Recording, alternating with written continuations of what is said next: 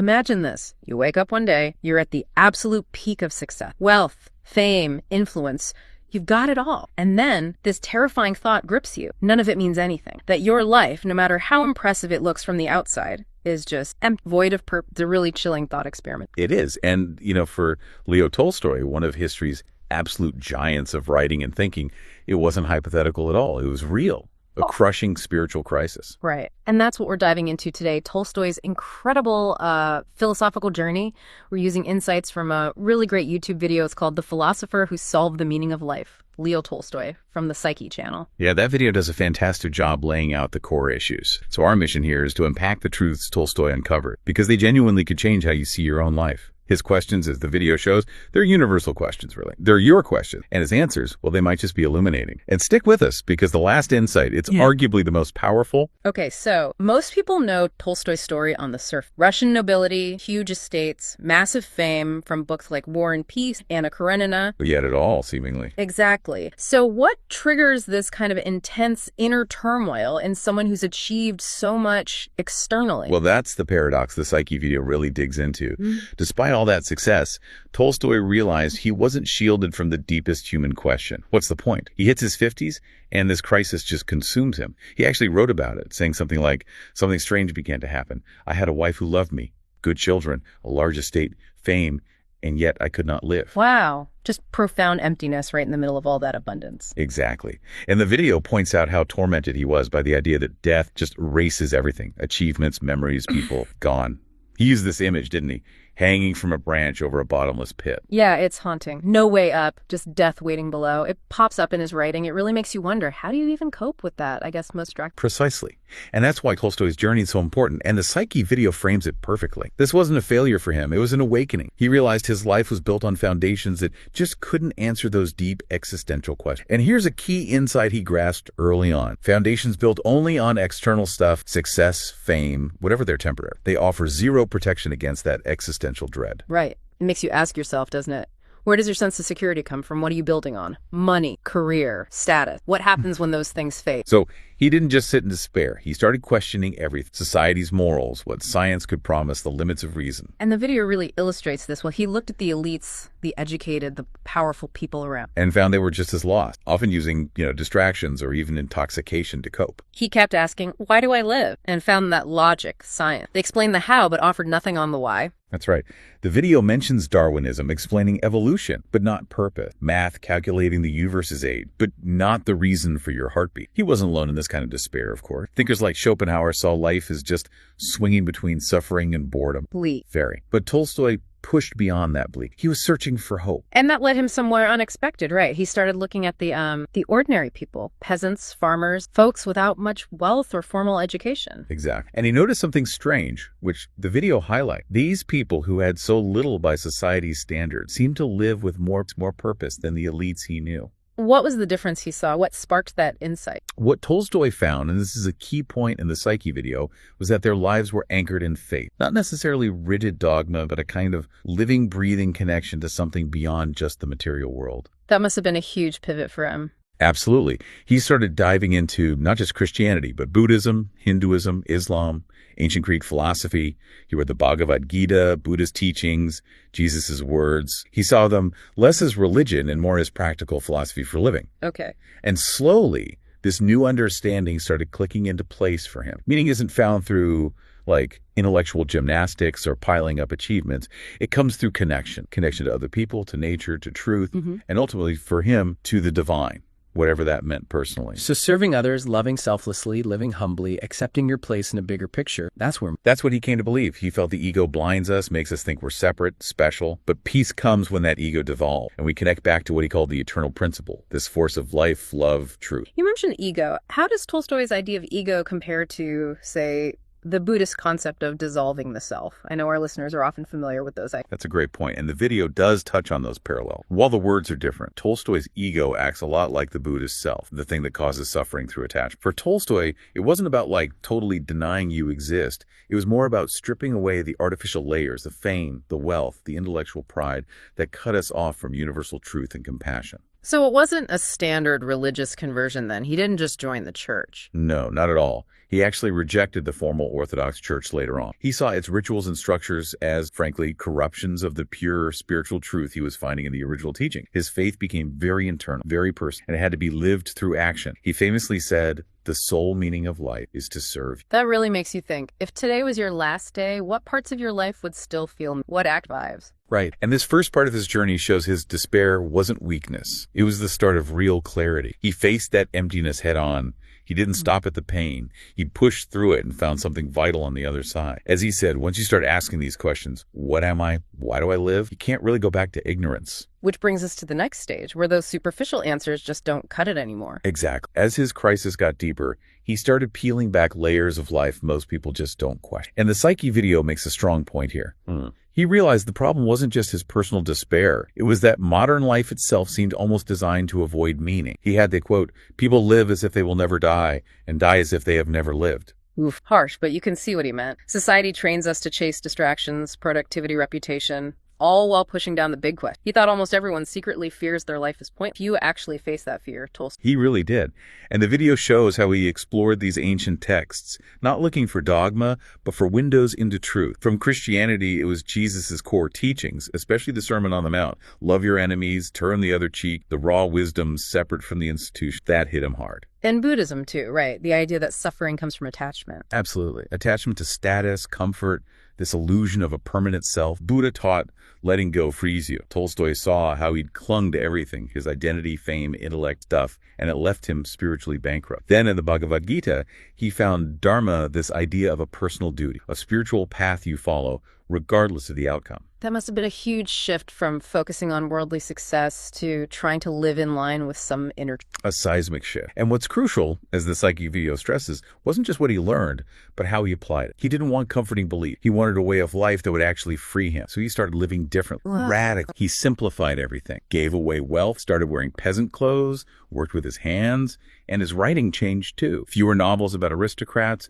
more radical essays on love, nonviolence, spiritual awakening. He had that famous line, "Everyone thinks of changing the world, but no one thinks of changing himself." And he really did try to change himself. But, for someone of his status, was there criticism? Like, was this genuine, or could he only afford to renounce things because of his privilege? Was he maybe the original simple living influence? You could definitely argue that, and it's a fair question his contemporaries raised too. But the video suggests that while his position gave him options others didn't have, his actions sprang from real conviction, and they sparked something huge. Think about Gandhi. He credited Tolstoy's "The Kingdom of God is Within You" as a major inspiration for nonviolence. Tolstoy's ideas went way beyond literature. What strikes me, too, is his humility. He wasn't setting himself up as some guru. He kept saying, essentially, I'm struggling too, but maybe what I found can help. Why is that approach so effective? It's exactly that humility, I think. The video explains he didn't offer final answers, but he offered the right questions. Questions that don't just tickle your brain, but wake up your heart. He kind of invites you into a struggle, rather than telling you what to do. Think about his question. What are you living for that will still matter in 100 years? Is your life aligned with your deep values, or just habit? Are you seeking truth,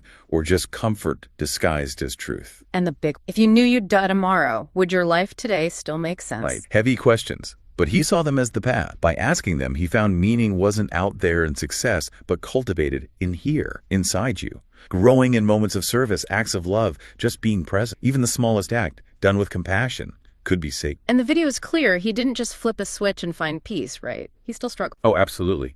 He wrote openly about his doubts, his ego flaring up, moments of despair. But he also wrote about these glimpses of something more, a peace beyond pleasure or praise, like that moment working in the field, feeling the sun, hearing birds, the rhythm of his body, and suddenly feeling this oneness. That's when he understood the point isn't to conquer life, but to belong to it. No. Not to dominate, but to serve. So you start to see the arc of his life wasn't finding all the answers, but learning how to search in the right direction. Away from ego towards truth, away from noise towards stillness. It makes you wonder, what illusions are we holding on? What parts of our lives are keeping us? What would it mean to live from the soul? That's the core of it. And in his later work, Tolstoy hit on something profound. Most people live by habit, not truth. We forget who we are. That forgetfulness, he thought, is the root of suffering and the key to freedom, remembrance. But how do you remember in a world constantly telling you to be someone else? For Tolstoy, as the Psyche video shows, it wasn't theory, it was transformation. He lived differently. His days changed from aristocratic leisure to simplicity, intention, rising early, manual labor, walking with peasants, listening deep, treating every small act, living according to conscience, he called. Not society's conscience, but that inner voice. Yeah, that quiet voice that knows right from wrong without... He thought that voice was an echo of the eternal within us. He adopted a plant-based diet, gave up hunting, dedicated himself to manual work. It wasn't about punishment. It was about liberation, shedding the false self to find the real one. And this wasn't just personal navel-gazing either. He got involved in education, setting up schools for peasant children focused on free thinking, not just memorizing. He championed nonviolent resistance way before it became mainstream. Definitely. He wrote powerfully about justice, ethic, the misuse of power by institutions, religious, political. He saw how systems often distract us from the truth of our existence, offering rules instead of wisdom, fear instead of love. His message was, bypass the system, turn to the source of your inner life, your conscious, direct experience. One of the most powerful shifts highlighted was his relationship with death.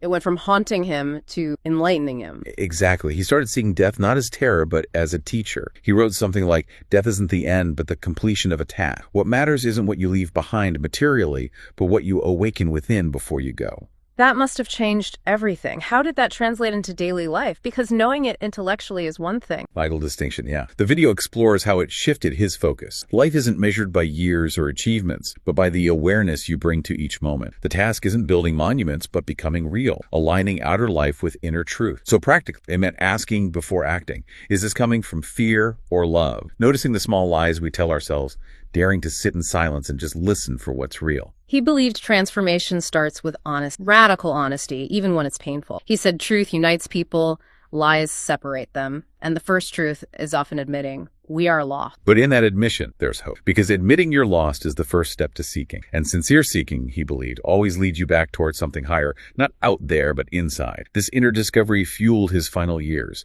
His writing became more mystical, moral, focused on the eternal. He spoke of divine love as this force animating everything, seeing every creature, every person as part of one sacred whole. Yet he didn't become a hermit.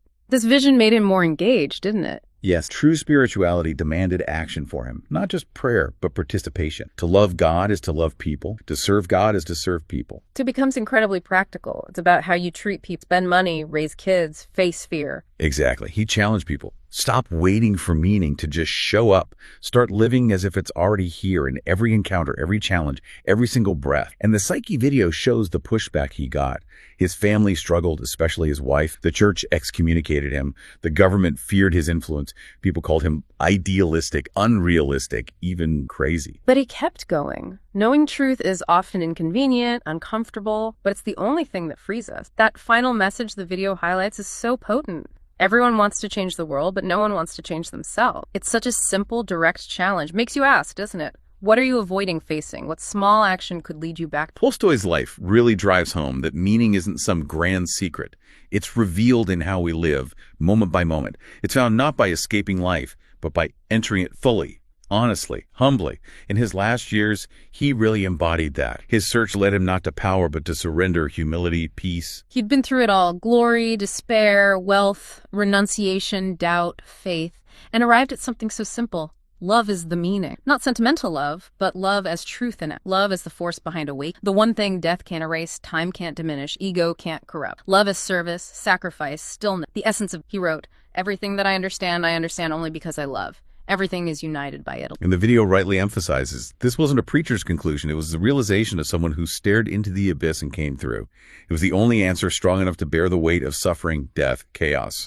But here's the kicker Tolstoy left us. This kind of love requires the death of the false self. The ego can't love like this. It can want, possess, control, but not truly love. For that, you need vulnerability, honesty, presence. And that's what he ultimately did. He let go of the image, the comforts, the certain, and found freedom. But it wasn't a lonely freedom. It was relation. To love meant suffering with others, rejoicing with, walking beside them without judgment, living for others. He believed the highest human life wasn't intellectual brilliance, but moral, and that came passion, humility. So what's the takeaway for you listening now? You don't have to be a philosopher or write novels or give everything away. You don't need a massive crisis to start waking up. What you need is maybe just a willingness to be honest, to face those questions you might be avoiding. What am I really living for? Who am I when no one's looking? What parts of me are hiding from truth? Tolstoy shows us the answers aren't in grand theories, but in the small moments. How we treat people who can't benefit us. How we speak when angry. How we listen when tired. How we sit with silence. Meaning isn't found out there. It's made, crafted moment by moment through presence and love. There's that parable he wrote near the end about a dying man fearing judgment. He tries listing his good deeds, but a voice says, only love is eternal. It ends with, love is God, and to love is to live in God, and to live in God is eternal life. That was the culmination. Not escaping life, but entering it deep, stripping away illusions and finding divinity not up there, but right here, now, in any heart that dares to open. And the end of his own story is almost poetic, isn't it? Overwhelmed by conflict at home, needing to escape his fame, he just leaves in the middle of the night. Seeking solitude, he gets sick on a train journey, ends up dying in this small, remote railway station master's house. No crowds, no fanfare, just a quiet end for a man who walked through every illusion and chose truth instead. He didn't die in despair, but in clarity. Not because he had all the answers, but because he'd learned how to live without needing them all. So we leave you with his lifelong question. What would your life look like if love became your daily final measure? Because ultimately, everything passes name, work, legacy. But what remains, Tolstoy believed, is the impact your love had on another soul. That's the meaning he found. And maybe, just maybe, it's the meaning waiting for all of us. If this journey with Tolstoy resonated, if it sparked some reflection, maybe carry his questions into your own life. We hope this deep dive, drawing on the psyche's insights, offered some light for your own path.